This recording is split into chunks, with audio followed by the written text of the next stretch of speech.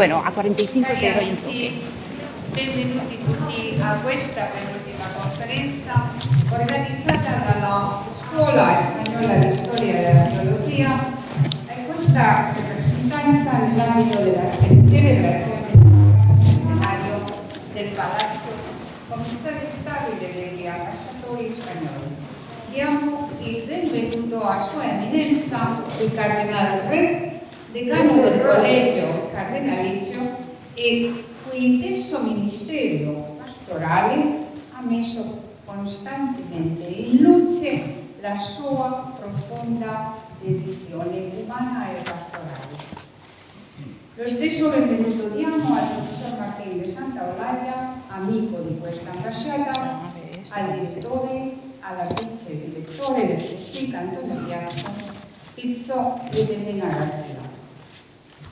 Disponiamoci all'ascolto una parte di storia spagnola condivisa con il nostro interlocutore privilegiato, la Santa Sede, e che ha avuto come scenario anche questa capitale, ricordando che la triangolazione Spagna-Santa Sede da Roma fa delle nostre relazioni diplomatiche con il Vaticano una realtà unica.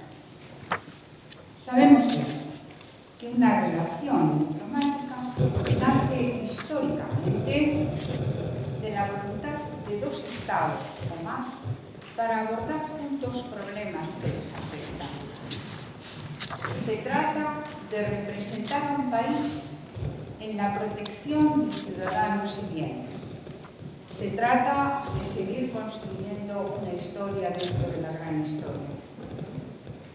Y esto es lo que ha venido haciendo esta embajada de España, este palacio, desde hace 400 años, en su relación con el monarca del estado más pequeño del mundo, pero a la vez el líder espiritual con la jurisdicción más amplia que nunca había existido, el Papa. Por fortuna, y a veces, del diálogo diplomático surgen los acuerdos, como manifestación de esa convergencia de voluntades cuyo principal efecto jurídico es su obligatoriedad para las partes que lo otorgan, habida cuenta de que se trata de tratados internacionales. El análisis de esta tarde nos lleva a dos fechas significativas que abordará el profesor Martín de Santaolalla, presentado por nuestra querida Elena. En 1953, fecha del concordato objeto de análisis hoy, el mundo se debatía en medio de la Guerra Fría, tras una Segunda Guerra Mundial que había desangrado Europa y de la que habían surgido dos importantes potencias, Estados Unidos y la URSS, en profunda desconfianza una de la otra y en plena disputa ideológica y política. Era un mundo receloso, en el que, no obstante, empezaba a abrirse una ventana de oportunidad. Truman había anunciado la bomba de hidrógeno, de fusión o de fisión, y dado paso a Eisenhower. Su doctrina había impulsado el plan Marshall y había creado la OTAN. Mientras tanto, España, golpeada todavía por los efectos de una sangrienta guerra civil, permanecía aislada en la dictadura, no compartiendo aún el despegue económico y político del resto del mundo. Los pactos de Madrid con Estados Unidos y el concordato de 1953 con la Santa Sede empiezan a acabar con su aislamiento. 1979 dibuja otro escenario completamente diferente. España había entrado definitivamente en la democracia tras la promulgación de la Constitución de 1978. En enero de 1979 se publicaron los acuerdos religiosos, ya no concordados, tras el Concilio Vaticano II, firmados entre el gobierno español y la Santa Sede. Era otra sociedad. En las artes, las corrientes vanguardistas avanzaban hacia tendencias metafísicas.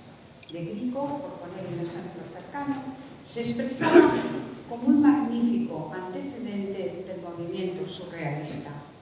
La década de los 80 nos iba a traer más enfermedades desconocidas como el SIDA y más guerras como las de Afganistán, las de Libia y otras.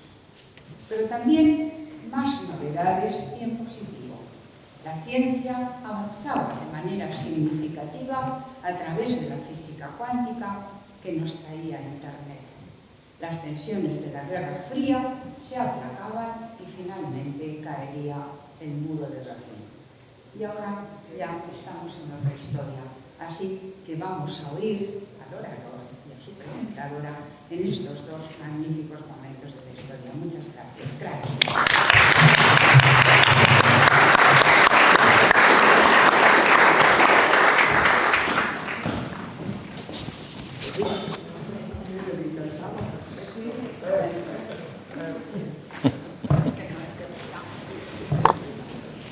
Muchas gracias, señora embajadora, como siempre, por abrirnos las puertas de esta casa y por su siempre cordial bienvenida. En un principio, por mi parte, también agradecer la asistencia a esta quinta conferencia del ciclo El Palacio de España, 400 años de relaciones diplomáticas entre España y la Santa Sede.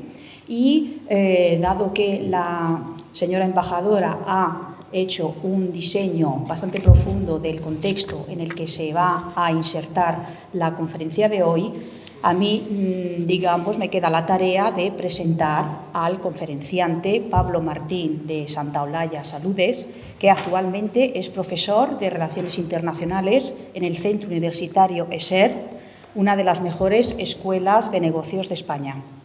En el año 2003 se doctoró en Historia Contemporánea por la Universidad Autónoma de Madrid con la tesis El posconcilio en España, la revisión del Concordato 1966-1975. Pablo Martín de Santaolalla ha sido profesor adjunto de Historia y Política Exterior de España en la Universidad Pontificia de Comillas, de Historia Contemporánea en la Universidad Internacional de La Rioja y profesor adjunto de Relaciones Internacionales en la Universidad Europea de Madrid.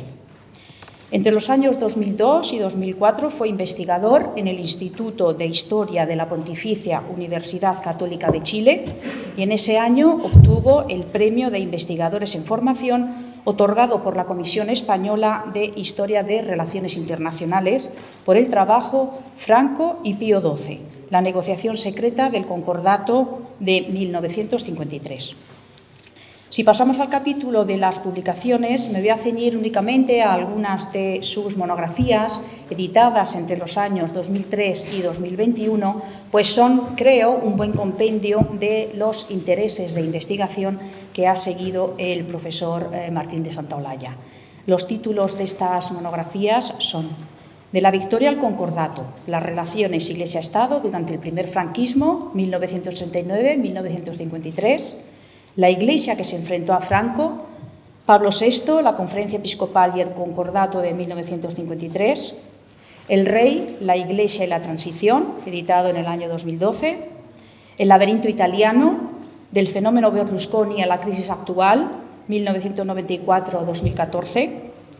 También es, junto con José Ignacio Serrano Ojeda, autor del libro 50 años de conferencia... José Francisco Serrano Ceja, autor de la monografía 50 años de la Conferencia Episcopal Española. Y, por último, citamos su más reciente publicación, que se titula Historia de la Italia Republicana, 1946-2021. Por tanto, tenemos el honor de contar esta tarde con un gran especialista, tanto en la actual política interior italiana como de las relaciones entre España y la Santa Sede. Por tanto, ya le cedo la palabra para que diserte sobre del concordato a los acuerdos Iglesia-Estado, una relación crítica. Gracias. Muchas gracias. Buenas tardes. Buen pomeriggio. Lo primero de todo corresponde, ante todo, decir que yo también estoy de celebración, porque si la embajada hace en este momento 400 años de historia, Yo hace ya 20 años que partí por primera vez aquí para poder investigar y también tengo mi particular celebración. Los haré en diciembre, pero han sido 20 años viniendo aquí a poder completar la documentación de mis diferentes investigaciones. Lógicamente, debo realizar los pertinentes agradecimientos, en primer lugar, a la señora embajadora, a la exministra Isabel Celaá. Muchas gracias por su acogida aquí, por haberme invitado. Me habéis acordado de este investigador que andaba por ahí perdido en una escuela de negocios, pero que bueno, en el pasado se dedicó mucho a esto, y no tan pasado. Y en eso debo tener un particular agradecimiento a don Francisco Capote Lleregui, porque es uno de mis lectores. Y uno agradece que, aparte de escribir las cosas, pues le lean y haya sido la persona que haya sugerido mi nombre para venir aquí.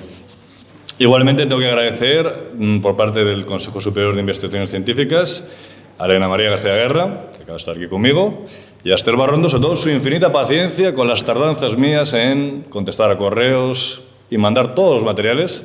También don Francisco Capote lo ha sufrido, pero es que, claro, decir, cuando uno tiene tantas clases en este momento, pues responde la medida de lo posible, ¿no? Pero como digo, hoy es un día sobre todo de celebración, de poder estar aquí en este ciclo, porque lógicamente he dedicado, ya son 26 años de investigación a las relaciones Iglesia-Estado y en particular a la etapa que voy a tratar en este momento, que es la que transcurre básicamente la etapa cronológica que va desde el 27 de agosto de 1953, en que se firma el concordato entre la Santa Sede y el Estado español, al 3 de enero de 1979, que es cuando se firman los 4 acuerdos parciales jurídico, económico, educativo, cultural y castrense, que complementando el acuerdo básico del 28 de julio del 76, vienen a marcar una nueva etapa, como bien ha dicho la señora embajadora, en las relaciones Iglesia-Estado en España. Una etapa que podríamos decir que se inició en ese momento, pero a mí me gustaría decir que creo que no ha terminado. No ha terminado porque hay que recordar que la Iglesia española se comprometió a la plena autofinanciación de la institución. Y aunque es cierto que la Iglesia en un 80% se dedica con recursos propios, se financia con recursos propios, pues también es igualmente cierto que la aportación vía declaración de la renta, vía IRPF del 0,7%, en un acuerdo negociado en el año 2006, también bajo gobierno socialista, y que tuvo como protagonistas creo que al cardenal Cañizares y a la ex vicepresidenta Fernández de la Vega, pues llevó a que el 0,7% del IRPF pudiera ser dedicado a la actividad de la Iglesia Católica en España. En ese sentido, yo, como católico que soy, me felicito de que estemos en una etapa buena de las relaciones Iglesia-Estado, una sana cooperación acorde a la Constitución del 78, pero, y me atrevería a decir que quizás haya sido iniciativa del señor Capote, el título de una relación crítica está muy bien escogido. No sé si ha sido suyo o de quién, pero está muy bien escogido porque ciertamente las relaciones fueron mucho más conflictivas de lo que se piensa, y ahora explicaremos por qué. ¿De dónde partimos? Pues ciertamente de lo que es el concordato del 53, decía la señora embajadora en su introducción, que junto con los acuerdos con Estados Unidos de septiembre de ese mismo año, suponían el fin del aislamiento de España internacional al que estábamos sometidos desde el año 45, como consecuencia de nuestra posición cercana a las potencias del eje durante la Segunda Guerra Mundial. Es cierto que realmente no fuimos parte del eje, que podríamos decir Roma-Berlín-Tokio, básicamente, pero sí recordar el envío que fue de tropas de la División Azul para combatir contra la Unión Soviética, pues ciertamente, aunque hay muchos estudios al respecto que recuerdan que el régimen de Franco tuvo relaciones con ambos bandos, pero más cercanas hacia las potencias del eje, pues supuso que al concluir la Segunda Guerra Mundial España sufriera un aislamiento internacional muy importante, y la primera muestra de todo ello fue que una vez se crea la Organización de las Naciones Unidas, en la Conferencia de San Francisco del año 45, quedamos excluidos. Pedimos en 1946 ser aceptados y tendremos que aceptar el año 1955 para ser miembros de pleno derecho de la ONU.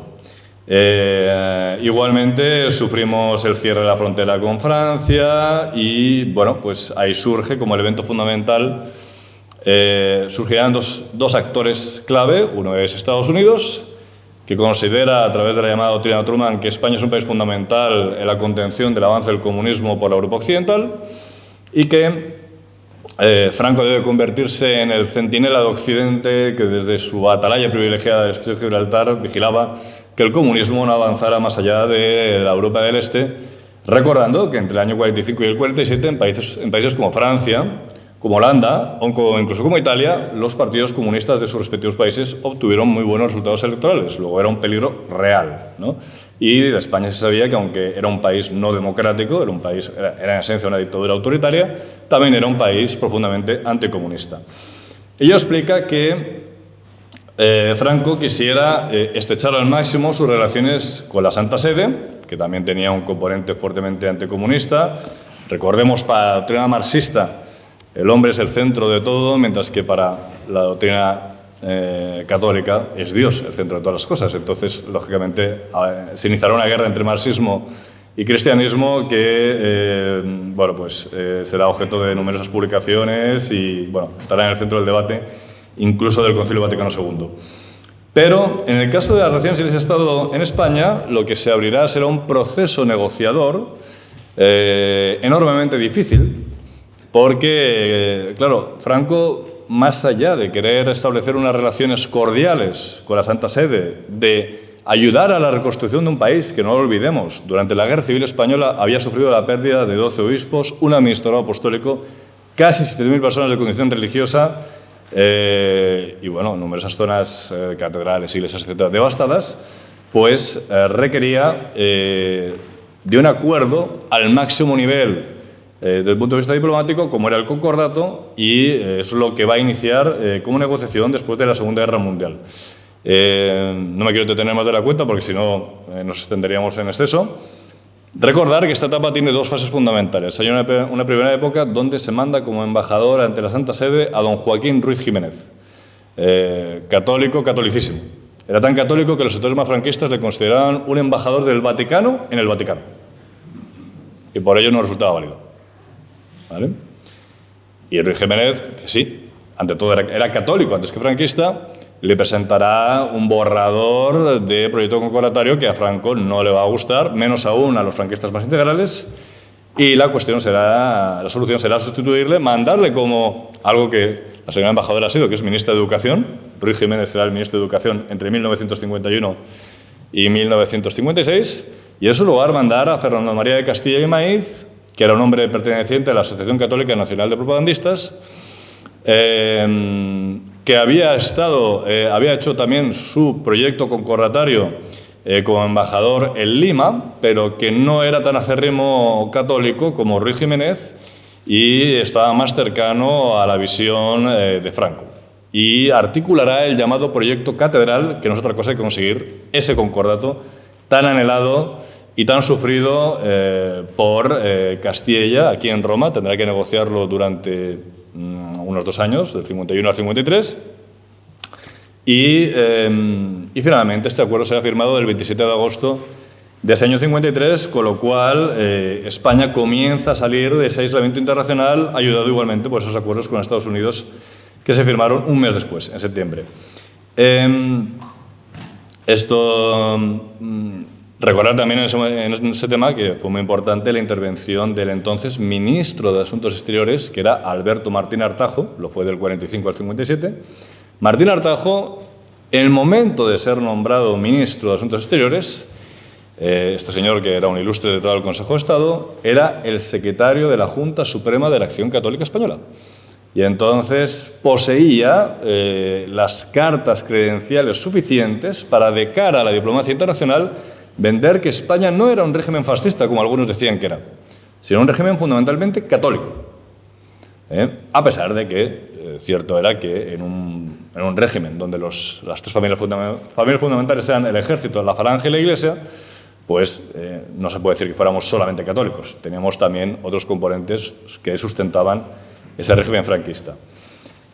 Ese concordato, que finalmente se firma, y que será el concordato, paradojas de la vida, de la discordia, no traerá concordia, sino más bien discordia a las relaciones Iglesia-Estado, se explica por lo que tengo aquí a continuación.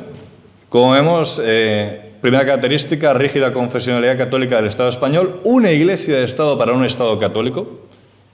no se vislumbraban con claridad cuál era el espacio de intervención del Estado dentro de la Iglesia y de la Iglesia dentro del Estado. Era la época, muchos podemos guardar libros al respecto, donde se veía en los libros el llamado nihil obstat, es decir, la autorización canónica para poder leer determinados libros que el Estado concedía a la Iglesia en un ámbito que en principio no debía ser de su competencia, pero era así. Un privilegio de presentación confirmado a la persona del jefe del Estado, que viene a recoger un primer acuerdo de Iglesia-Estado, que es el convenio del 7 de junio del 41 sobre presentación de obispos. Recordemos que en aquel convenio del año 41 estaban recogidos los obispos titulares o residenciales y no los auxiliares, sin saber que el papel del auxiliar se transformaría de manera muy sustancial décadas después. Pensemos que en aquella época los obispos no se jubilaban, morían como obispos. Y entonces el obispo auxiliar era realmente quien auxiliaba, más bien físicamente, al obispo titular. Con el tiempo lo que nos vamos a encontrar es obispos auxiliares que mandan más que los residenciales. Y pongo dos ejemplos muy claros. José María Setién Alberro, ya fallecido, obispo auxiliar de San Sebastián, mandaba más que Jacinto Argaya, que era el titular de la diócesis. Pero es que también José María Larrauri Lafuente, en Pamplona, mandaba más que José Méndez Asensio, que era el titular de la diócesis. Claro, esto en el año 41 no se podía pensar que iba a pasar en el posconcilio, y pasó. Y se convirtió en un problema muy importante, ¿vale?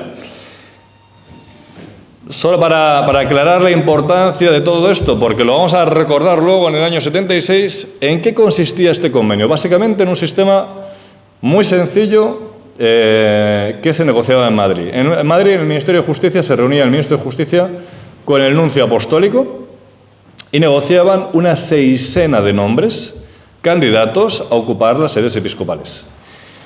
Esa seisena se reducía a una terna y era enviada a Roma. Y el Papa de esa terna cogía un nombre y se lo daba a Franco, que Franco finalmente presentaba a ese obispo al Papa. ¿Dónde estaba la clave? Lógicamente, en la seisena inicial. Todos los obispos que estaban en la seisena inicial eran del agrado de Franco. Por lo cual, aunque alguno haya querido decir que Franco por norma nombraba al primero que aparecía en la lista, tanto daba, tanto el primero como el tercero, como el quinto o el sexto, todos ellos eran del agrado de Franco. En una organización fuertemente jerárquica, ahí estaba la clave. Más allá de que luego Franco se garantizaría además controlar otros muchos cargos eclesiásticos, pudieran ser los deanes, los chantres, tantos otros, ¿no? Bien, lo digo porque lo que es el paso del tiempo, ahora que estamos con la visita del rey emérito a España, que hoy ha estado en Zarzuela visitando a su hijo, y tanta polémica en torno a su persona, yo ya lo puedo anticipar en esta conferencia, el rey emérito, don Juan Carlos, será una figura clave para el desbloqueo de las relaciones Iglesia-Estado al renunciar a este privilegio de presentación, pidiendo solo como condición a cambio que la Iglesia renunciara al privilegio del fuero eclesiástico, por el cual el llamado brazo eclesiástico no se juzgaba por más reyes que el brazo secular. Es decir, los eclesiásticos tenían un sistema de protección ante la ley que no tenían el resto de los civiles. Por otra parte, ese es el fuero eclesiástico que acabo de citar, inviolabilidad de los lugares sagrados. También otro elemento en el año 41 que no se contemplaba, bueno, en el año 53, que no se contemplaba que sería un problema. Claro, es decir, el régimen de Franco concede esta inviolabilidad, pero ¿quién iba a pensar que 20 años después se iban a celebrar asambleas políticas dentro de las iglesias? La Iglesia, y esta es una de las ideas, podríamos decir, fuerza que guía mi investigación, mi querido señor Capote Lleiregui lo sabe muy bien, la Iglesia será clave en la construcción de la democracia en España porque en la última década del franquismo, no solo los demócratas cristianos, también socialistas, también comunistas, realizarán sus primeros actos políticos en locales de la Iglesia, sabiendo que el concordato les mantenía en la inmunidad, ¿vale? Y que necesitaban de una orden expresa del ordinario de la diócesis, es decir, del obispo titular, para poder entrar. Y el obispo normalmente la denegaba, ¿vale?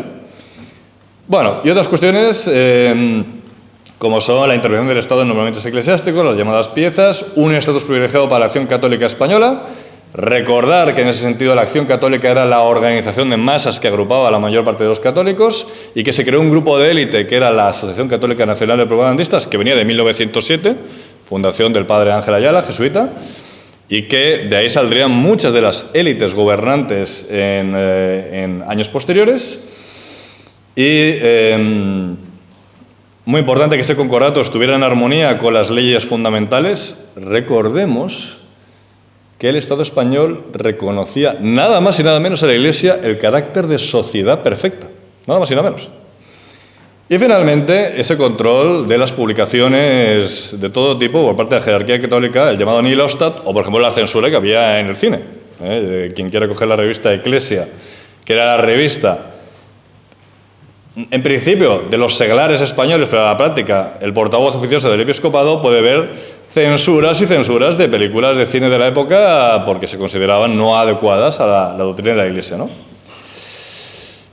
Pero va a haber un cambio, un primer cambio fundamental, y no vendrá de España, vendrá de Roma. Aquel papa tan querido, el papa bueno, el Papa Juan XXIII, Angelo Giuseppe Roncalli, va a convocar el Concilio Vaticano II, que se celebrará entre octubre del 62 y diciembre del 65. Algunos pensaban que el concilio no era más que un mero ayornamiento, una mera puesta al día de la doctrina católica, pero había mucho que revisar, porque claro, el Concilio Vaticano I había enemistado a la Iglesia con la modernidad, y eso tenía que cambiarse. Y lo cambió, porque Juan XXIII y su sucesor Pablo VI estarán del lado de los padres de la renovación teológica.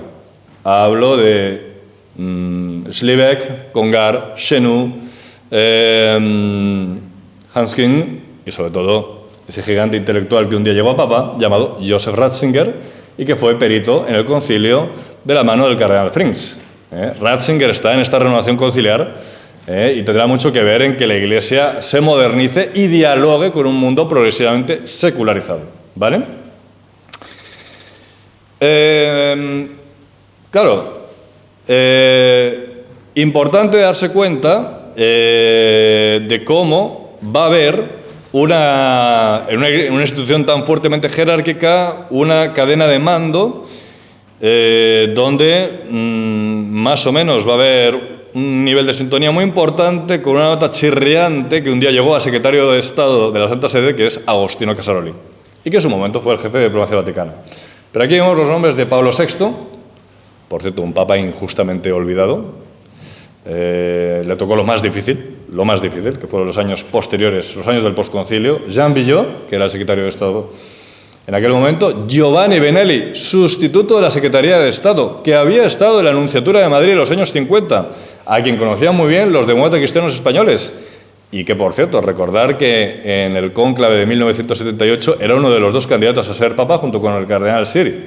Siri representaba a los conservadores, Benelli a los progresistas, ni Siri ni Benelli. Juan Pablo II, que al final sería el papa del 78 al 2005. ¿Vale? Y Benelli va a ser el principal valedor de que D'Addaio, un nuncio piamontés que había estado en Venezuela y había arrancado al gobierno venezolano el periodo de presentación, viniera a Madrid con la misma misión. Quiero que Franco nos devuelva nuestra capacidad para nombrar libremente obispos, no solo auxiliares, también titulares, ¿vale? Y luego hacía falta el hombre que debía llevar a cabo eso en España. Y aquí entra en juego un actor clave al que se quiso ignorar en un primer momento porque no era favorable a los intereses del régimen de Franco, y es la Conferencia Episcopal Española, que se convertirá en un interlocutor decisivo en las relaciones entre el gobierno español y la Santa Sede, ¿vale? Hasta ese momento ese papel lo había jugado básicamente la embajada acreditada aquí en Roma, ¿vale? Bueno, ¿qué decir de Tarancón? Lamentablemente que le tenemos más que olvidado. Eso es lo más lamentable. ¿Quién habla bien de Tarancón? ¿Quién sabe de la sociedad española quién fue Tarancón? Cuando estamos a solo 2 años que se cumplan 30 años de su fallecimiento, nadie se acuerda de Tarancón. Pero Tarancón fue un hombre clave en todo este proceso. ¿Por qué? Tarancón, en principio, no estaba destinado a ser el hombre que llevara a cabo la modernización de la Iglesia española siguiendo lo establecido por el Vaticano II y que se concentraba particularmente en dos documentos: la Constitución Pastoral Gaudium et Spes, Gozo y Esperanza, y la Declaración Dignitatis Humanae sobre la libertad religiosa, ambas aprobadas en la última sesión conciliar, 7 de diciembre de 1965. ¿Vale? En el caso de la Gaudium et Spes, el problema fundamental es que reconocía unos derechos y libertades fundamentales que en ese momento no existían en España, lo cual iba a generar un conflicto inmediato. En el caso de la Dignitatis Humanae, es que había no pocos obispos que consideraban que la libertad religiosa, el principio de libertad religiosa, era para otros países, no para España. No para España. Estaban pensados para países tipo Alemania, con un norte protestante, un sur católico, una Renania católica, para ese tipo, pero para España no, ¿vale? Hay una anécdota muy buena, me gustaría tenerla aquí escrita, pero bueno, la recuerdo rápidamente, que es cuando en la última jornada conciliar, don José María Pildain, que era el obispo de las Islas Canarias en ese momento, se acercó a don José María Cirarda, que era obispo, yo creo que en ese momento era el obispo de Santander y administrador apostólico de Bilbao, no lo recuerdo muy bien, y sabía que Cirarda era un hombre de mentalidad abierta, era quien había puesto en marcha los célebres cursillos de cristiandad, y le dijo, se le acercó a Cirarda y le dijo: don José María, usted no se escandalizará si le digo una cosa. Dice: ¿cuál? Dígame, don José María. Dice: hoy vamos a aprobar la declaración de libertad religiosa, y yo creo que es un enorme error. Y llevo días rezando para que la cúpula de San Pedro se caiga sobre nosotros antes de que aprobemos esta declaración. Y le dijo Cirarda, que tenía un sentido del humor muy, muy fino, le dijo: don José María, no se preocupe, esta declaración se va a aprobar. Usted ha dicho lo que era la doctrina de la Iglesia hasta ese momento, y a partir de ahora tendrá que decir otra cosa y ya está. Y claro, Pildain, como buen vasco, reincidente en su manera de pensar, decía: bueno, tendré que ponerme, bueno, pues toda mi vestimenta y decir que estaba equivocado respecto a la libertad religiosa, que no tenía vuelta atrás, ¿no? Ciertamente. Lo digo esto para que nos demos cuenta de lo impactante que fue el Vaticano II su aplicación en España, porque es que España se había quedado muy atrás teológicamente. España es un país naturalmente aislado del resto de Europa. Tenemos una cordillera llamada los Pirineos, 435 kilómetros de lado a lado, que históricamente nos ha aislado de todo, es decir, tanto desde el punto de vista ferroviario como lingüístico. Los españoles somos malos de solemnidad hablando lenguas extranjeras. Bueno, los italianos tampoco es que anden muy fuertes, lo digo con mucho cariño.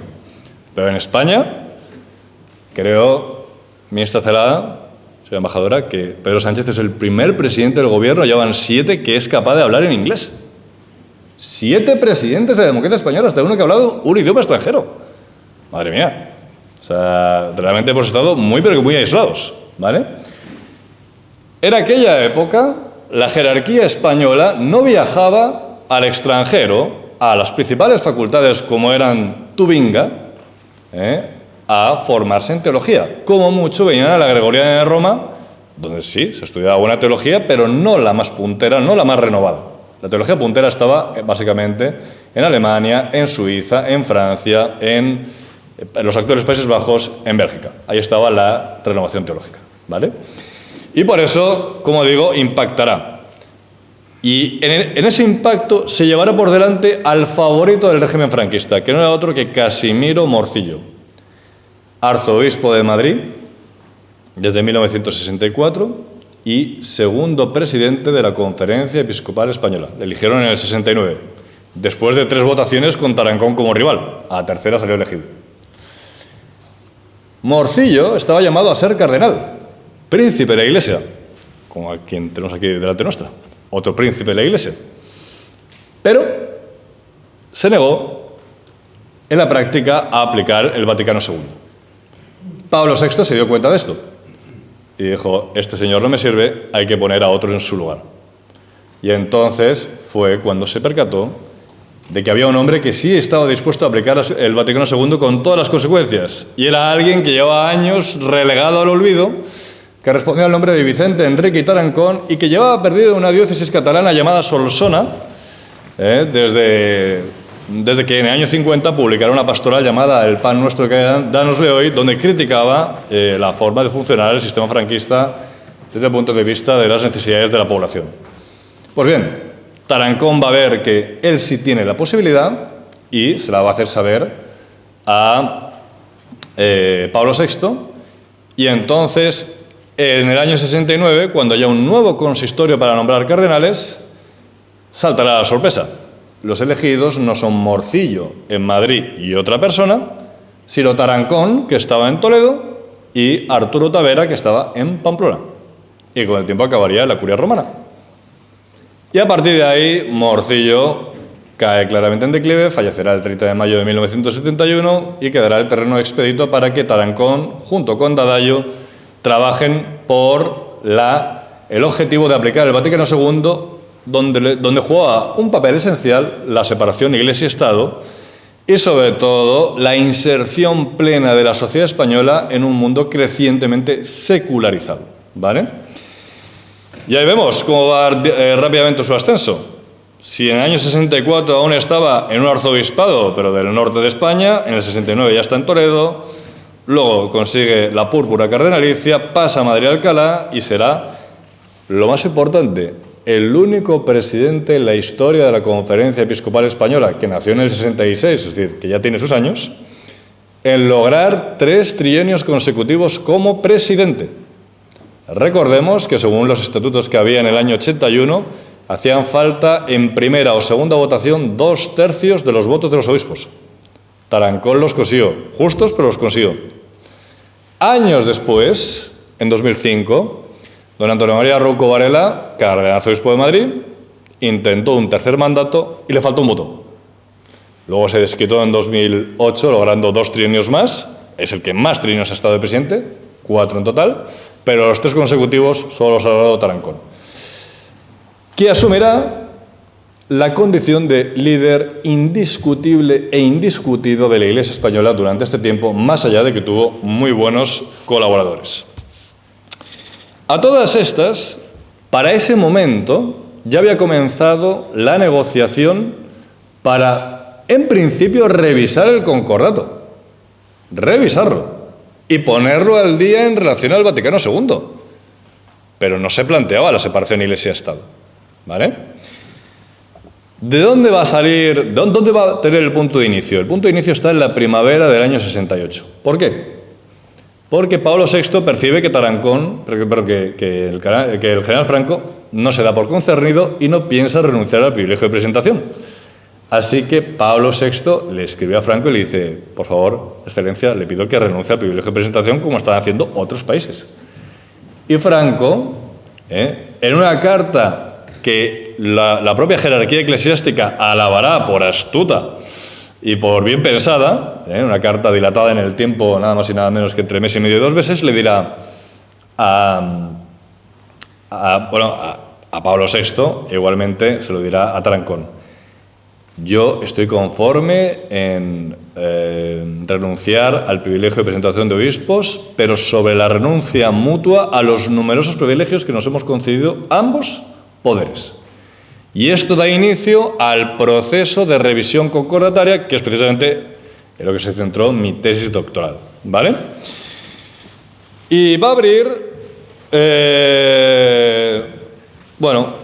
una etapa de creciente tensión, sencillamente impensable 20 años antes. Y para eso hay que recordar, ahí lo tenemos detrás, que fue la Asamblea Conjunta de Obispos y Sacerdotes celebrada en septiembre del 71 en Madrid, en el Seminario de Madrid. Patrocinador fundamental, Tarancón. Y el sector más conservador del episcopado, radicalmente en contra de la misma. En esencia, se buscaba un diálogo entre obispos y sacerdotes con un clero que no comprendía el excesivo autoritarismo de las jerarquías que había en ese momento. Pero también se buscaba revisar lo que había sido la posición de la Iglesia durante básicamente la Guerra Civil Española y el franquismo. Y muy en particular, lo que se había escrito en la Carta Colectiva del Episcopado Español de 1 de julio de 1937 y que firmaron prácticamente todos los obispos españoles. ¿Vale?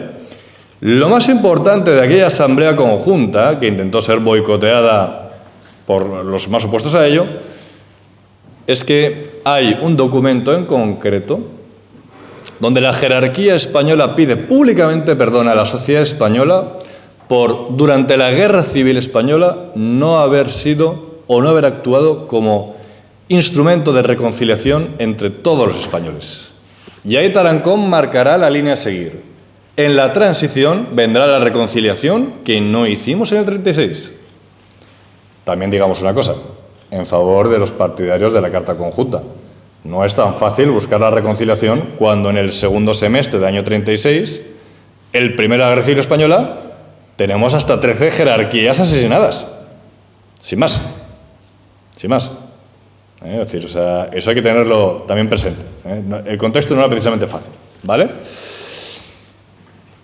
En relación con ello, recordar que las tiranteces entre Madrid y Roma seguían siendo constantes. Bueno, es conocida la anécdota de que cuando en 1963 en el cónclave es elegido Pablo VI, ese mismo día se celebraba Consejo de Ministros y más de un ministro de aquel momento recoge la frase de Franco cuando le dijeron que Giovanni Battista Montini era el nuevo Santo Padre. Dijo: un jarro de agua fría. Un jarro de agua fría. ¿Por qué? Por varias razones. La primera, porque durante la negociación concordataria del 53, mientras Tardini, el cardenal Tardini, era partidario de firmar cuanto antes ese concordato, el futuro Pablo VI, Montini era el que frenaba.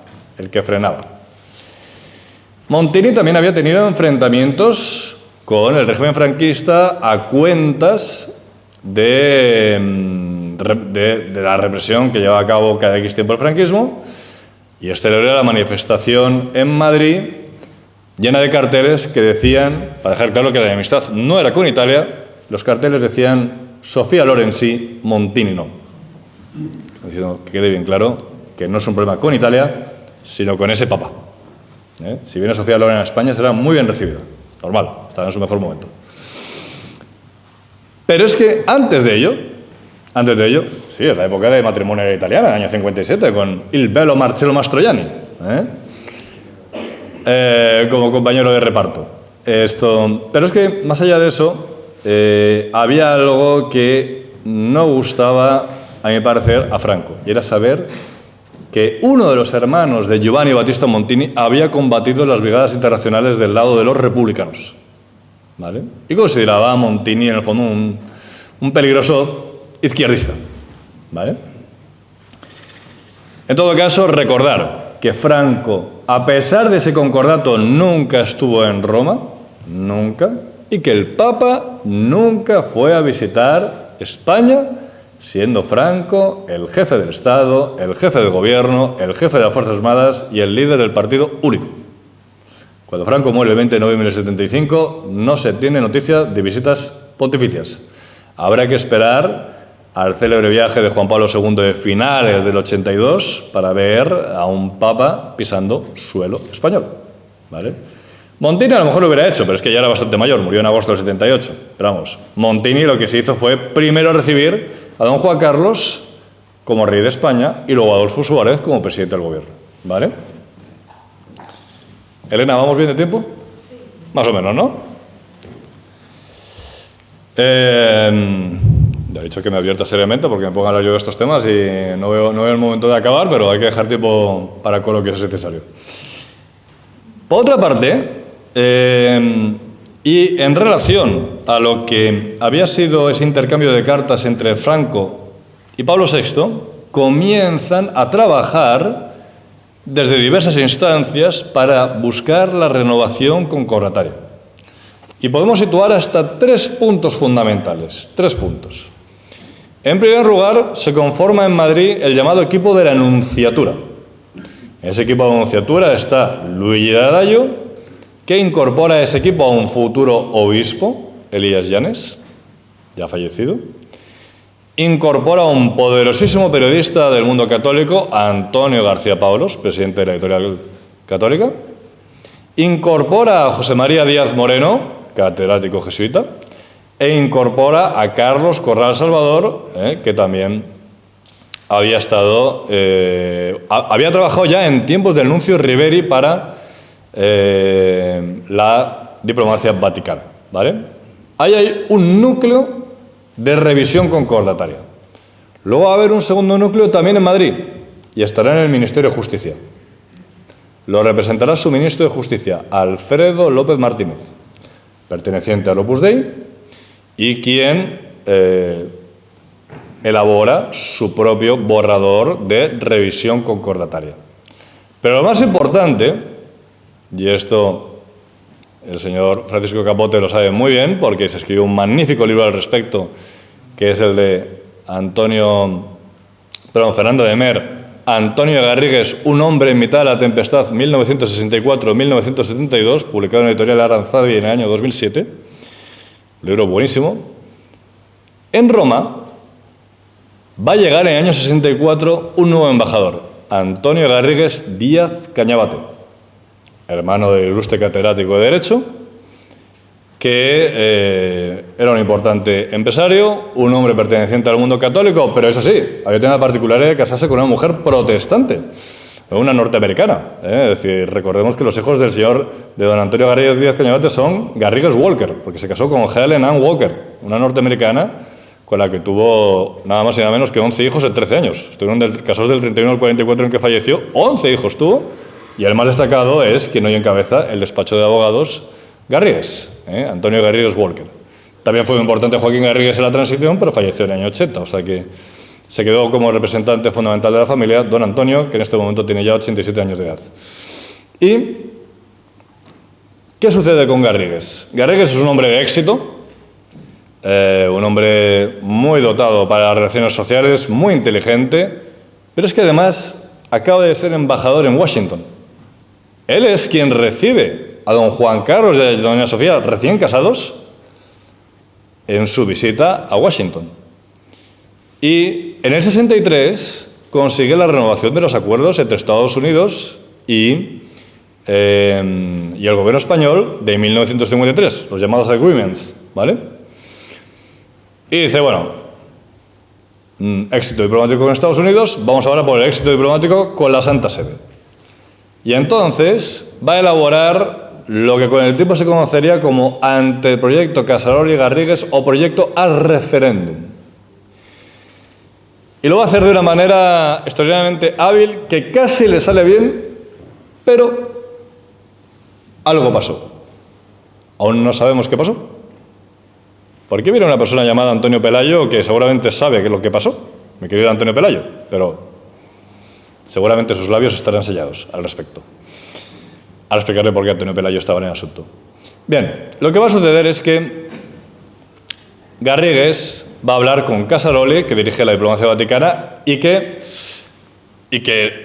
es partidario de que haya un nuevo concordato entre el Estado español y la Santa Sede, que mantenga la unión Iglesia-Estado, pero que modernice esos elementos que están en consonancia con el Vaticano II. Y, claro, van a necesitar un asesor en materia canónica. ¿Y a quién recurrir? ¿A un jesuita? No puede ser, porque Díaz Moreno, que es el principal representante, está en la Anunciatura. ¿A un hombre del Opus Dei? Tampoco. Los jesuitas estarían atentos a los movimientos del Opus Dei. Se vigilaba mucho en aquellos tiempos entre unos y otros. Así que van a renunciar a un claretiano, don Luis Gutiérrez Martín, que con el tiempo sería obispo de Segovia y que ha fallecido hace poco. Y Luis Gutiérrez Martín, que es catedrático de Derecho Canónico, les va a asesorar sobre cómo hacer un nuevo concordato que abra bastante la mano en el sentido de que la Iglesia se vea menos condicionada a la hora de realizar los nombramientos y el Estado, a su vez, sea más libre respecto a la intervención de la Iglesia Católica. Pero esto no llega a ningún sitio. En el año 72, bueno, mejor dicho, en el año 71, una mano, como dicha por Antonio Garriga Díaz Cañabate, una mano amiga, lo hace llegar no al Consejo de Ministros, no, lo hace llegar a Antonio García Pablos. Y esta anécdota me la contó a mí don José María Díaz Moreno, porque Díaz Moreno estaba en su despacho de ICAE y le llama por teléfono Antonio García Pablos y dice: bueno, Dimo, que es como normalmente han conocido a don José María Díaz Moreno, Dimo, estamos de enhorabuena. Dice: ¿por qué? Porque ya tenemos concordato. ¿Pero cómo que concordato? Sí, tenemos concordato. No. Dice: estamos aún en la fase de borrador aquí en la anunciatura. Perdone, yo tengo aquí un concordato como una casa que parece a punto para firmarse. ¿Sí? Venga usted para acá, me da una cantidad de dinero y yo le doy el documento. ¿Dónde va a acabar el documento? En manos del periodista más poderoso que había en ese momento del mundo católico, don José Luis Martín Descalzo, que creará un equipo específicamente para acabar con esa renovación concordataria. Equipo todo sobre el concordato. ¿Y dónde estarán personas como Manuel de Unciti, como Antonio Pelayo y como otros? Porque no les gusta nada ese texto. No les parece para nada realmente posconciliar. Así que el proyecto se quedará en agua de borrajas. Yo he tenido la suerte, al venir a esta embajada, de ver el proyecto y yo no me creo la versión ni de Antonio de Garrigues ni de Casaroli de que era solo un borrador de concordato. Era un proyecto de concordato preparado para firmarse. ¿Y por qué lo digo? Estaba elaborado con los mismos materiales con los que se firmó el concordato del 53. Y esto está en el archivo de aquí. Si no marcha a Madrid, ¿ya? O sea, es decir, estaba preparado para firmar, ¿vale? En ese momento es cuando Tarancón se da cuenta de que tienen un serio problema con la Embajada de España ante la Santa Sede y, en particular, más que con Garrigues, con Casaroli. Porque Casaroli era el jefe de Dayo, pero se llevaban bastante mal. Casaroli sentía mucho desprecio por Dayo. Y entonces Tarancón, a partir de ahí, va a tratar de apartar en la medida de lo posible a Casaroli. Y aquí sí que vamos a entrar en un momento de conflicto enorme, que es la primera mitad de los años 70, y que concluirá con aquel célebre Tarancón al paredón. Pero yo he querido seleccionar una cita del cardenal Tarancón. Por cierto, por si alguien lo quiere preguntar, doy la versión que yo conocí de si realmente existen o no las memorias del cardenal Tarancón. Porque las confesiones que se publicaban en la editorial PPC en el año 1996 no son propiamente sus memorias, son un conjunto de escritos, ¿vale? Aparte de que acaban en julio del 76. Y hay que recordar que Tarancón fue presidente de la Conferencia Episcopal hasta el 81 y arzobispo de Madrid hasta el 83. Bueno, si alguien me lo pregunta, yo le cuento la versión que escuché en su momento de quien era su mano derecha, don José María Martín Patino.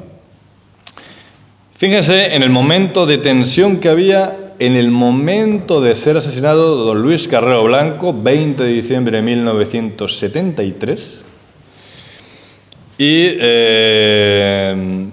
y donde los sectores más franquistas descargaron toda su agresividad contra Tarancón, que no tenía nada que ver, porque era un atentado cometido por ETA.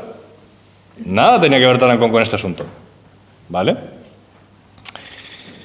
Dice Tarancón: el Ministerio de la Gobernación, sirviéndose de la Dirección General de Seguridad, había organizado una ofensiva abierta contra los sacerdotes llamados progresistas. Era normal que miembros de la policía o de la Guardia Civil vigilasen a estos sacerdotes, tomasen notas durante sus homilías y les molestasen a la menor ocasión. Yo por ahí hay un Guardia Civil al fondo como diciendo: voy a ir a misa a tomar nota de lo que dice el cura, a ver si los tipos de Tarancón se mantienen hoy en día, a ver qué dicen los curas. Estaban ayudados en esta ofensiva por los llamados guerrilleros de Cristo Rey, dirigidos por Sánchez Covisa, que tenían bula para todo. Irrumpían en las iglesias y armaban alborotos, de los cuales hacían responder no pocas veces a los mismos curas.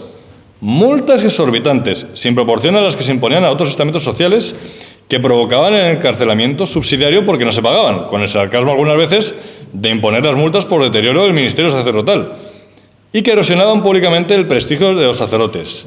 Campañas de insultos contra esos sacerdotes y en más de una ocasión contra los obispos rojos, contra el nuncio de su santidad contra la Secretaría de Estado y hasta contra el mismo Papa.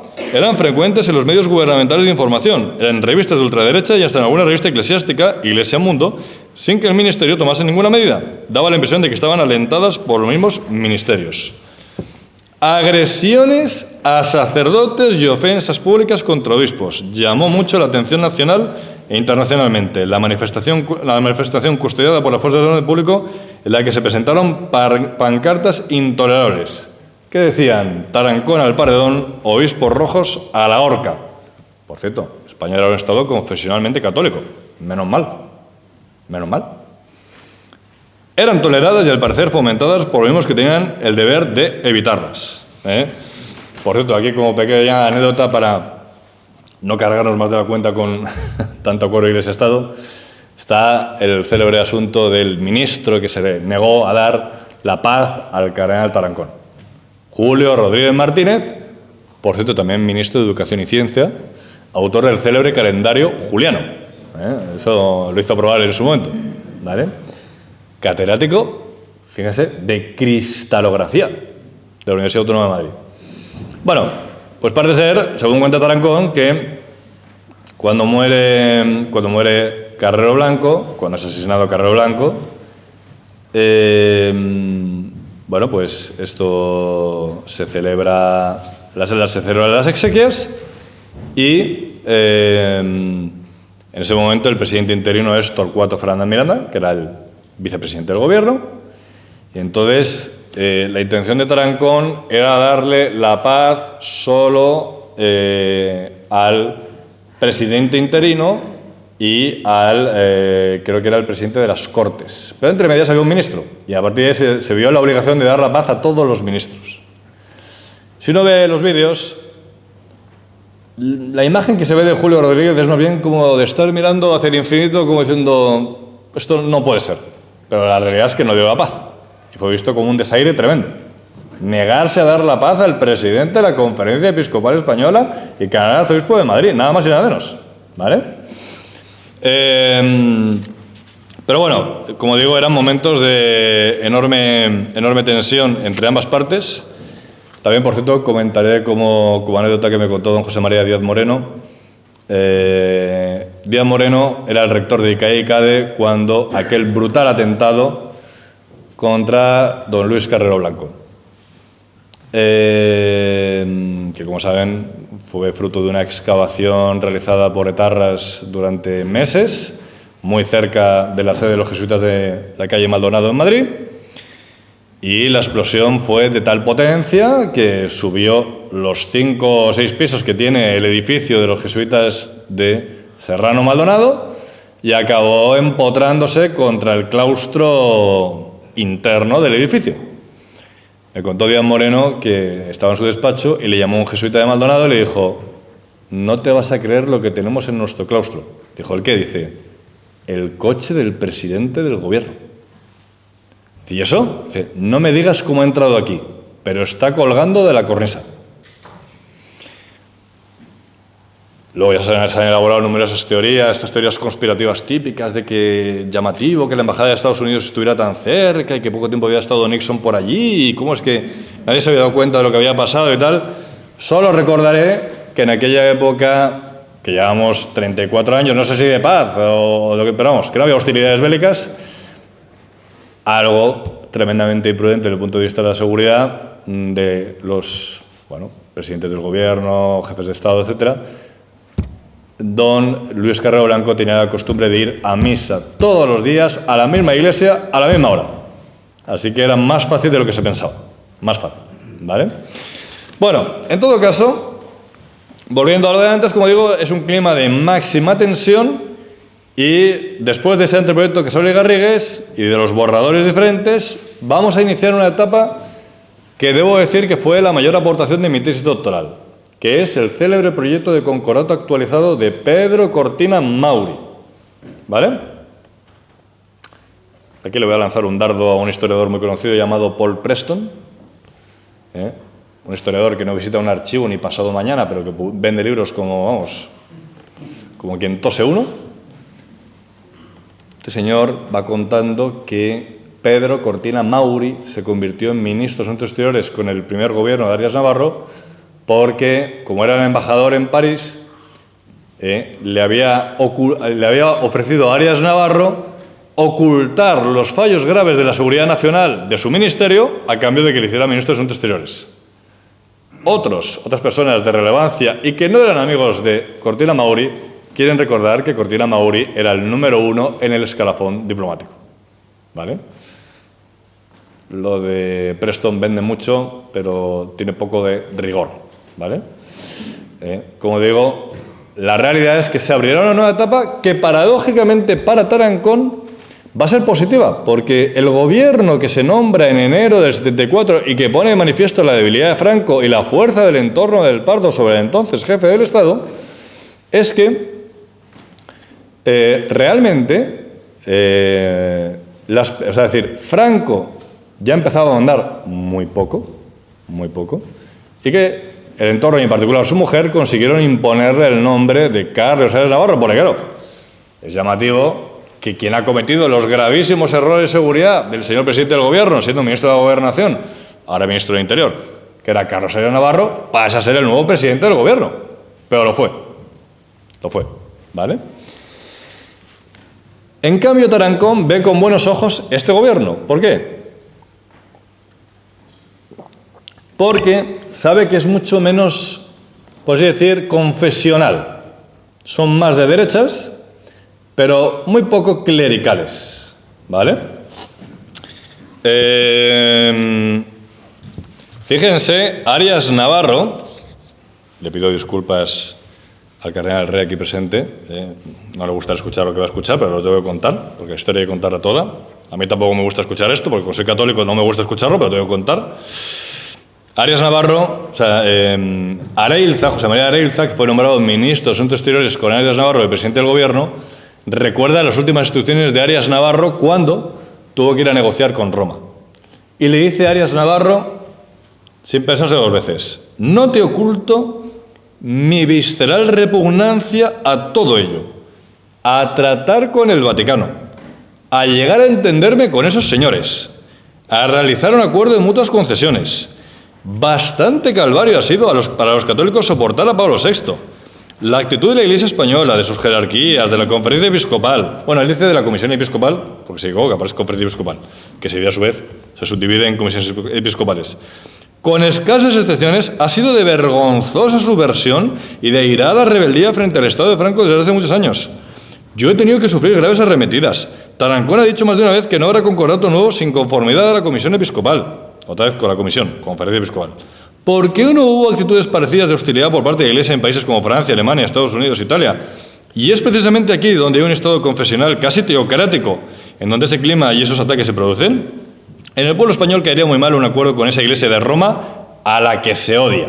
Eso dice Arias Navarro. Transpone su pensamiento, lo extrapola al conjunto de la población española. Eso es lo que pensaba él, otros no. Y dirían que les hemos vuelto a dar todo sin obtener nada.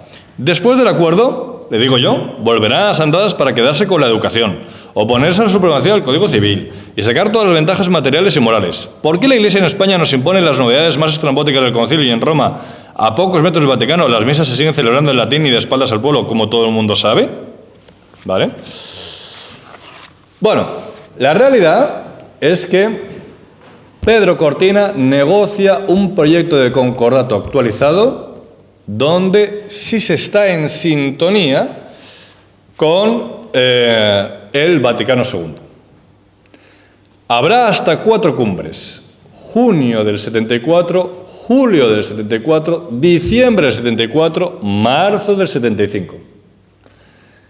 ¿Quién va a acabar con todas las posibilidades? El cardenal Tarancón. ¿Por qué? Porque Tarancón se entera a través de Benelli, que es sustituto de la Secretaría de Estado, de lo que está haciendo Cortina con Casaroli, ¿vale? Y en octubre del 74 se convoca un sínodo de los obispos al que van Tarancón por Madrid, o Madrid-Alcalá, como se llamaba entonces la diócesis, Jubain por Barcelona y don Marcelo González Martín por Toledo. Se queda en Madrid como único cardenal, Bueno Monreal, que era el cardenal arzobispo de Sevilla. y en ese momento vicepresidente de la Conferencia Episcopal. Y en aquella reunión de Pablo VI con Tarancón, Giovanni y don Marcelo, les pregunta a los tres qué piensan de lo que hay encima de la mesa. ¿Renovamos o no renovamos? Porque aquí hay dos posibilidades.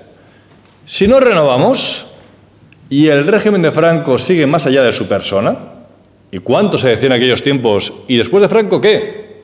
Las instituciones. El tiempo demostró que las instituciones sin Franco no eran nada.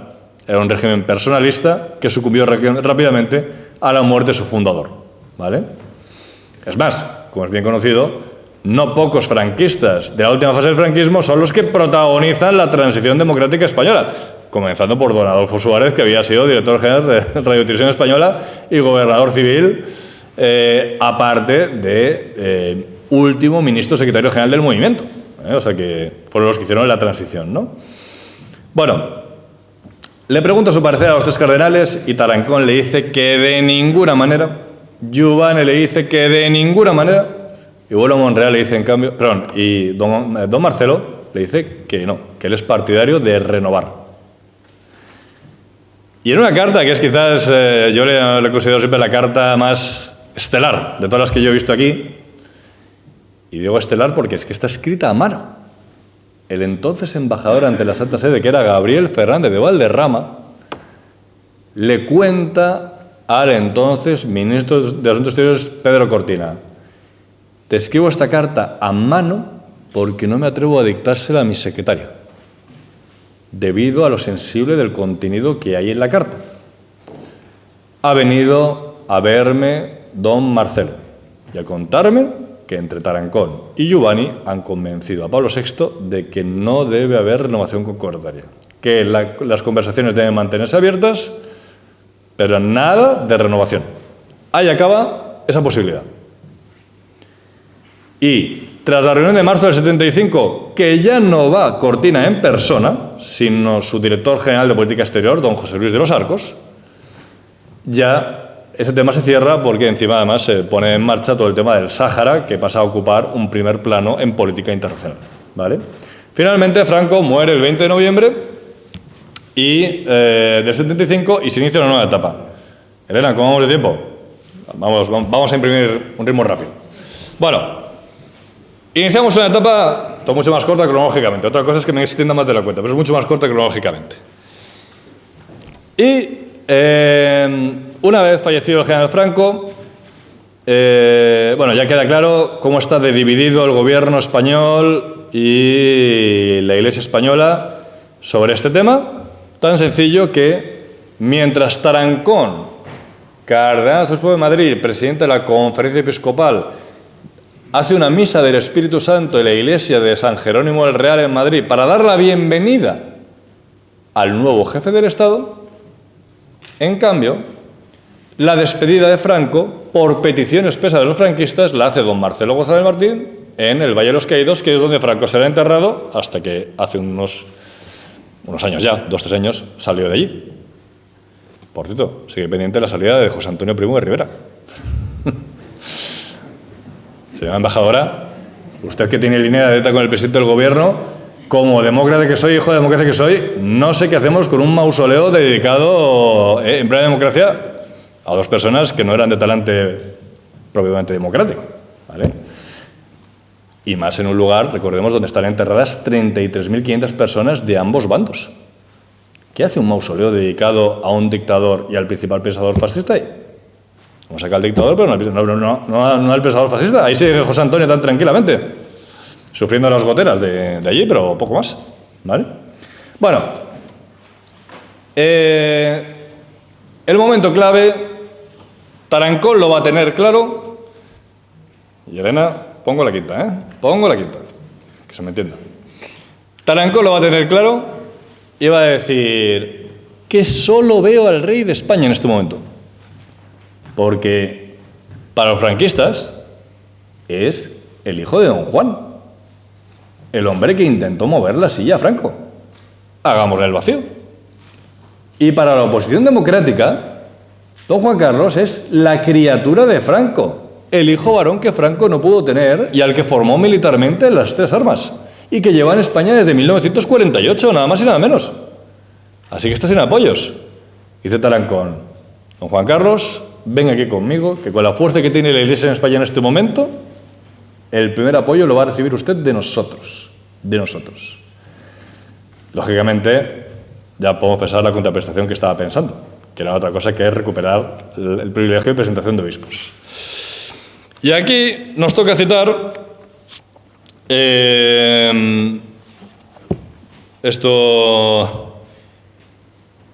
lo que es, lo que llamaría yo la homilía de la múltiple paternidad. Porque aquella célebre intervención de Tarancón en la Misa del Espíritu Santo de noviembre del 75, ¿vale? Aquí ya la tengo. Bueno, pues es una paternidad que se han atribuido hasta 3 personas diferentes. A mí me contó don José María Martín Patino, que fue suya. Don Fernando Sebastián, bueno, ya falleció. Don Fernando Sebastián, que también falleció, me dijo que la hizo él y la revisaron Martín Patino y Olegario González de Cardedal, ilustre teólogo de la Pontificia Salamanca. Y a González de Cardedal no le he podido preguntar, pero nunca le he oído atribuirse la paternidad. Lo cierto es que la homilía de Tarancón es la de apertura de la nueva etapa de las relaciones Iglesia-Estado. Y dice lo siguiente al rey: pido para vos, 27 de noviembre de 1975, un amor entrañable y apasionado a España. Pido que seáis el rey de todos los españoles, de todos los que se sienten hijos de la madre patria, de todos cuantos desean convivir sin privilegios ni distinciones, en el mutuo respeto y amor. Amor que, como nos enseñó el concilio, debe extenderse a quienes piensen de manera distinta a nuestra, pues nos surge la obligación de hacernos prójimos de todo hombre. Pido también, Señor, que si en este amor hay algunos privilegiados, estos sean los que más lo necesiten: los pobres, los ignorantes, los despreciados, aquellos a quienes nadie parece amar. Pido para vos, Señor, que acertéis a la hora de promover la formación de todos los españoles para que, sintiéndose responsables del bienestar común, sepan ejercer su iniciativa y utilizar su libertad en orden al bien de la comunidad. Finalmente, concluye diciendo: pido para vos acierto y discreción para abrir caminos del futuro de la patria, para que, de acuerdo con la naturaleza humana y la voluntad de Dios, las estructuras jurídico-políticas ofrezcan a todos los ciudadanos la posibilidad de participar libre y activamente en la vida del país, en las medidas concretas de gobierno que nos conduzcan, a través de un proceso de madurez creciente, hacia una patria plenamente justa en lo social y equilibrada en lo económico. Bien, y a partir de aquí vienen los pasos fundamentales, que son: primer paso, 28 de julio del 76, medio año después de esta homilía. Y aquí don José María Díaz Moreno me confesó que hubo mucha sorpresa por parte del estamento eclesial. No esperaban que el rey, don Juan Carlos, que recordemos que heredó casi todos los poderes que tenía Franco en el momento de convertirse en jefe de Estado, en función de la ley de sucesión en la jefatura del Estado, una de las leyes fundamentales, mandó una carta a Pablo VI donde le decía que estaba dispuesta a renunciar al privilegio de presentación a cambio de que la Iglesia renunciara a la inmunidad que le concedía el fuero. Y a partir de ese momento ya hubo libertad para nombrar obispos. En un momento, por cierto, donde había hasta 10 diócesis bloqueadas sin nombramiento de obispos, porque como no les gustaban a los franquistas los obispos que se estaban nombrando, que eran plenamente posconciliares, estaban bloqueadas, ¿no? Bien. Igualmente, otros elementos a considerar son, y aquí Tarancón va a jugar un papel fundamental. Esto le escuché yo decir a un célebre político demócrata cristiano también fallecido, Alfonso Osorio, vicepresidente del gobierno con Adolfo Suárez. Se refirió literalmente a Tarancón como un cantamañanas, porque Tarancón dijo que no le daba la repotente gana de apoyar una democracia cristiana en España. Porque el problema no era seguir el modelo de la Dici italiana, a la que aún le quedaban casi 20 años de vida. Bueno, 20 años, fue disuelta en enero-febrero del 93. No, es que él no quería volver a los tiempos de la ceda, del debate, de Gil Robles y todo lo demás, que él sí había vivido en Madrid. Y dejó bien claro a Pablo VI que la Iglesia no apoyaría a ningún partido. Y aquí es fundamental la nota de la Comisión Permanente de febrero de 1977, una vez que son convocadas las elecciones generales para el 15 de junio de ese año, primeras elecciones democráticas desde las del Frente Popular de febrero del 36, en la que somos convocados a elegir un Parlamento nuevo, Cortes que, como es sabido, se convertirán en constituyentes y tendrán como función elaborar y aprobar una nueva Constitución, y ahí quedará claro que la Iglesia no apoya ningún partido en concreto, ¿vale? Al mismo tiempo, se van dando los pasos diplomáticos que antes no eran posibles. Primero recibo a don Juan Carlos como nuevo jefe del Estado, luego recibo a Suárez, cuando ya ha sido elegido democráticamente presidente del gobierno, ¿vale? Todo en un ambiente de enorme cordialidad. Y, como digo, lo más importante es que el objetivo es claro. 1. Separación Iglesia-Estado. 2. Progresivo desmantelamiento del Concordatorio 53. 3. Búsqueda de un nuevo estatus para la Iglesia en España. ¿Vale? Bueno, será un primer intento antes de las elecciones generales del 77. No funcionará.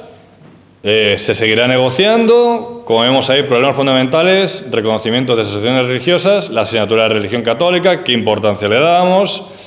La resolución de los efectos ciudadanos del matrimonio canónico. Recordemos que solo habíamos tenido una ley de divorcio en España que fue aprobada en la Segunda República y fue derogada por el franquismo, ¿vale? Y lo más importante de todo esto, centralización de la negociación en Madrid. Todo se negocia entre la Conferencia Episcopal, con Tarancón a la cabeza, contando también con la Nunciatura, dada la inmensa sintonía entre Tarancón y Dadallo, con Roma. Pablo VI, Villot y Benelli, ¿vale? Para ese momento, el embajador ante la Santa Sede, que comentaba con don Francisco Capote, era don Ángel Sanz Briz, que, por cierto, recordemos que en esta embajada hemos tenido como ilustre embajador al Schindler español, porque Ángel Sanz Briz, desde la legación diplomática de Budapest, durante la Segunda Guerra Mundial, salvó hasta 5.000 judíos, dándoles la nacionalidad, digamos, sefardita, o la condición sefardita, ¿vale? Si Schindler salvó a 1.500, el nuestro 5.000, para que vean que los españoles no somos capaces de nada, pues, aquí también somos capaces. Bueno, finalmente, y ahora sí termino, disculpa por todo lo que me haya extendido, discúlpeme porque me haya extendido, recordar que el Concordatorio 53 finalmente será definitivamente desmantelado. Todo ello acorde a la Constitución de 6 de diciembre del 78, refrendada ampliamente por la población española. Bueno, fue aprobada el 31 de octubre por las dos cámaras en sesión conjunta. Recordad que ahí solo como anécdota estuvo, como evento llamativo, la abstención del PNV y un diputado de la UCD que se equivocó al votar, pero bueno, votaron muy mayoritariamente a favor de la Constitución. Y esta fue refrendada ampliamente por toda la población española. Y el 6 de diciembre se convertía en nuestra Carta Magna y va camino a convertirse en nuestra Constitución más duradera, porque ya le va quedando poco para superar a la de 1876. ¿Vale? ¿Cuáles son sus características fundamentales? Bueno, en el caso de la Constitución, recordar que está todo contenido en el artículo 16, básicamente, 16A, 16B, 16C. Lo más importante de todo, aparte de reconocer que España no tiene una religión oficial, que es la afirmación de la separación Iglesia-Estado, la fórmula realmente novedosa que pensaron entre don Fernando Sebastián y Tarancón. Ni rígida confesionalidad del Estado español propia del Concordatorio 53, ni rígida separación Iglesia-Estado rayando en la anticlerical de la Constitución del 31.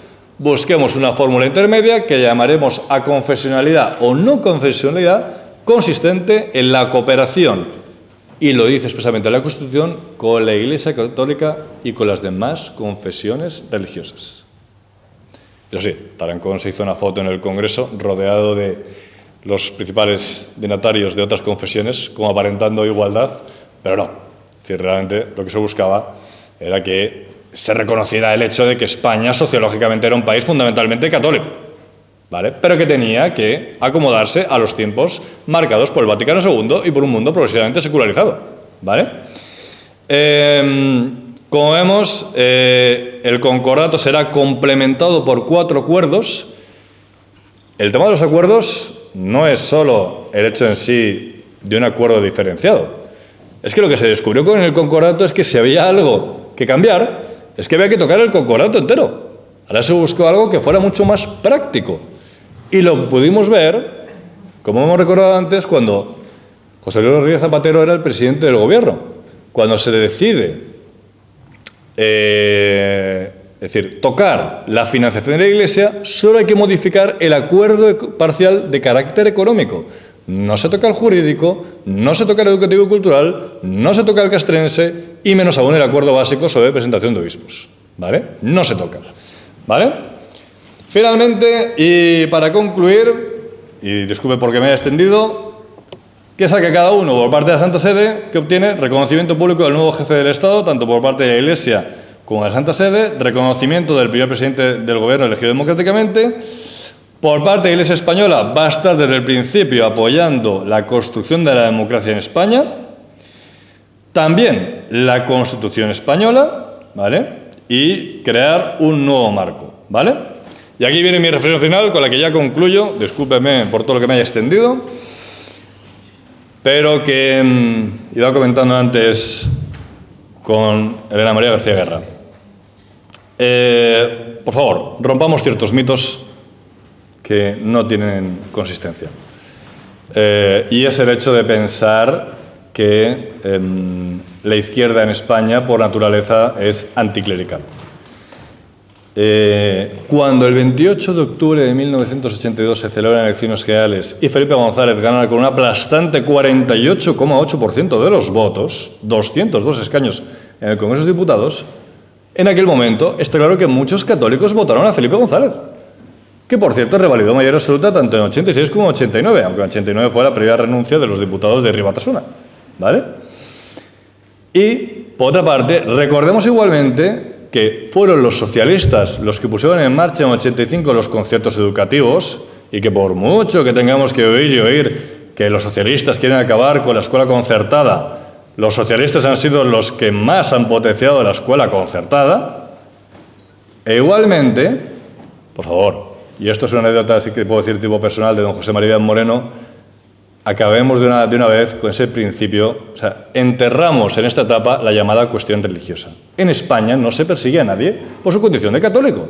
A mí don José María Moreno un día me dijo, Pablo, ¿pero por qué hablan de persecución religiosa en España? Persecución religiosa fue lo que yo viví en 1933 en Villafranca de los Barros, en Badajoz, que me fui a bautizar a una iglesia, se enteraron los sectores más anticlericales y cuando salí de la iglesia nos apedrearon. Dice, pero ¿ahora qué pasa en relación a eso? En suma, en este momento creo que hemos conseguido un avance muy significativo de las relaciones Iglesia-Estado. Ambas partes han dado cuenta de que hay muchos elementos en común y podemos considerar que estos acuerdos Iglesia-Estado mantienen plenamente su vigencia y que la mayor aportación por parte de la generación de obispos encabezada por Tarancón fue lograr una iglesia de todos, dentro del marco que fue la transición, que era la reconciliación de toda la sociedad española. Muchas gracias.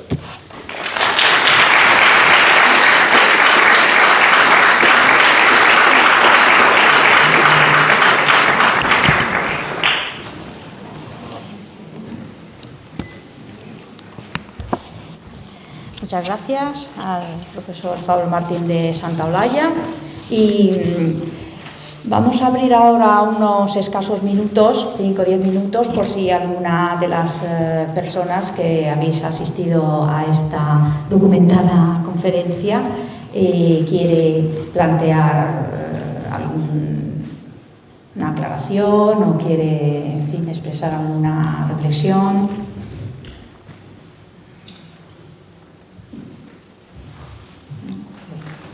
Pues,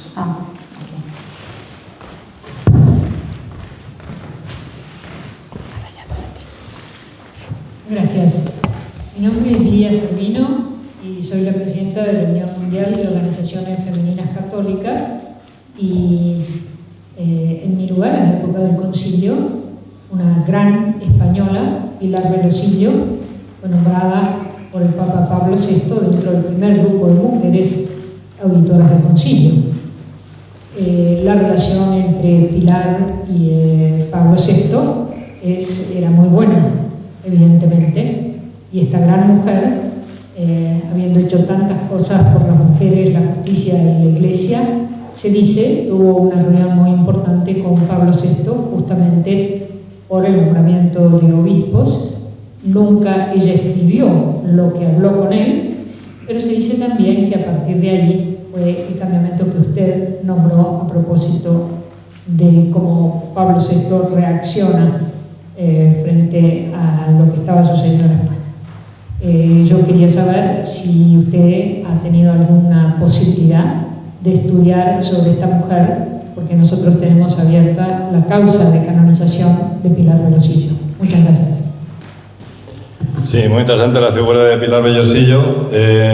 Yo no, pero hay un historiador español que ha escrito un libro sobre Pilar Vellosillo. Es decir, porque fue la mujer pionera dentro del mundo católico femenino en buscar un papel protagonista en relación al Vaticano II. Bueno, eso sigue siendo un tema pendiente dentro de la Iglesia, lógicamente. Es decir, el que las mujeres puedan tener un papel más protagonista, pero, como digo, no terminamos de ver los avances fundamentales, ¿no? Yo es que al respecto tengo una opinión muy particular, y es que, como católico que soy, considero que el centro de la vida de todo creyente es la parroquia a la que uno está vinculado. Y en la parroquia las mujeres tienen mucha presencia, mucha relevancia, ¿vale? Si concebimos la Iglesia solo desde el punto de vista jerárquico, sí, entonces claro, hay un problema. Ahora sí, hay dos cuestiones que yo he escuchado muchas veces y que los números no dan la razón. Cuando se ha hablado de la posibilidad de, por ejemplo, los matrimonios de sacerdotes, como sucede en el caso de los pastores evangélicos, la Iglesia alemana numéricamente está peor que la española. Luego no parece que el resultado esté en ello. Pero es que en Inglaterra es que una mujer puede llegar a ser obispo. Y tampoco numéricamente están mejor que los católicos, están peor. Luego creo que el reto fundamental de católicos, anglicanos, protestantes en conjunto es luchar contra una sociedad cada vez más secularizada. Voy a poner un ejemplo futbolístico, que es la renovación del señor Mbappé por su equipo de fútbol. Bueno, lógicamente yo lo desapruebo 100% porque llevo 38 años de socio del Real Madrid y no es este señor que no sabe de fútbol. Está claro que podía ir al mejor equipo del mundo y no ha querido ir. Pero, a mi parecer, sabiendo que los futbolistas son profesionales, Mbappé ha mandado un mal mensaje a la sociedad y en particular a los jóvenes que tanto le idolatran, olvidando el pasaje evangélico donde Jesús dice: no se puede tener dos amos, o Dios o el dinero. Para Mbappé, el amo es el Dios dinero. Y por ello, hoy en día, ser sacerdote, como ser militar, como ser monja, como ser profesor o tantas otras labores, si no hay dinero por medio, no es valorado. Así que, como digo, los católicos en este momento, que creo que somos menos que nunca, pero más escogidos, porque yo recuerdo en mi juventud cuántas iglesias llenas, pero cuántas personas hablando en misa, y ahora nadie habla en misa porque quien va porque quiere. Bueno, pues debemos seguir, debemos llevar a cabo ciertamente una reevangelización de la sociedad. Eso es un deber muy importante. Recordemos que Pablo VI consideraba a España e Italia las dos reservas espirituales de Occidente. ¿Qué ha quedado de aquello? ¿Qué ha quedado de aquello, no? Y ciertamente, el papel de la mujer dentro de la Iglesia española, siguiendo la doctrina de la Iglesia, también debe ser puesta de relieve y debe ser objeto de discusión.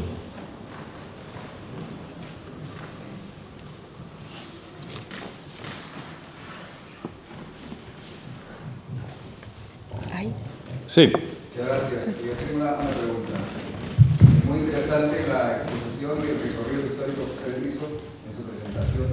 Muchas gracias. Me gustaría escuchar algún comentario del entorno de España, en el contexto histórico que usted analizó, cómo era la presencia de la Iglesia, por ejemplo, la relación de la Iglesia con Francia y con Portugal, en el contexto que usted aborda la temática de su exposición.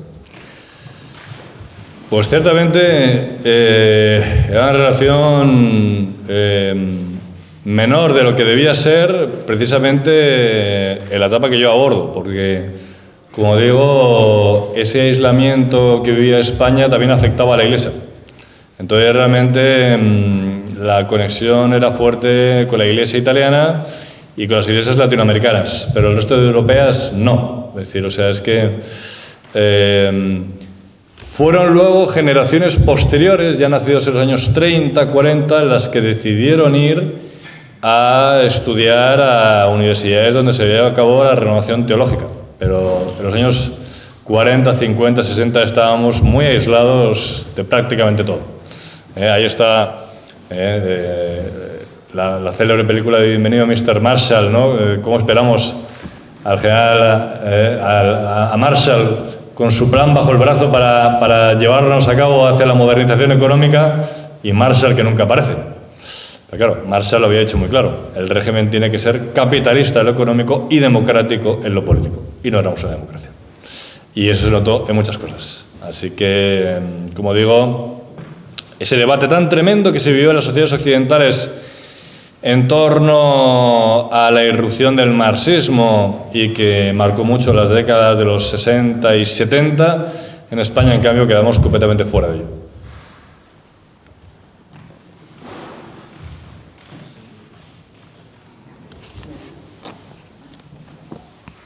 Muy bien, pues muchas gracias.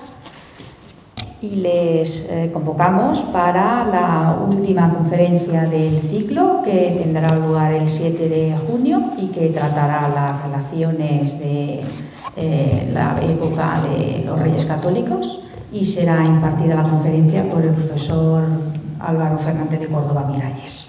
Buenas tardes y muchas gracias.